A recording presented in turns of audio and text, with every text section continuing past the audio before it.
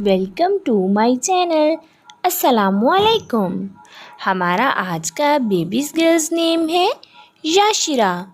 याशिरा के इंग्लिश में स्पेल्स है YASHEERA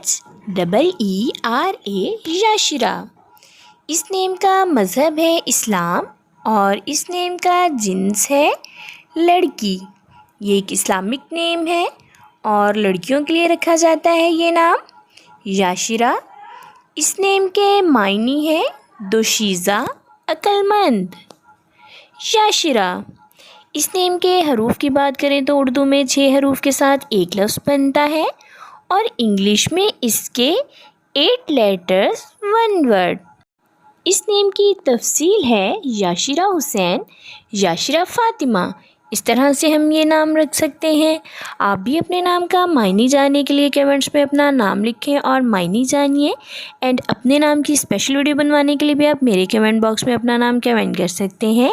and please subscribe my channel, like the video, share with friends. Okay dears, फिर मिलेंगे new name new video के साथ। अपना ख्याल रखिएगा, दुआओं में याद रखिएगा। अल्लाह हाफिज़।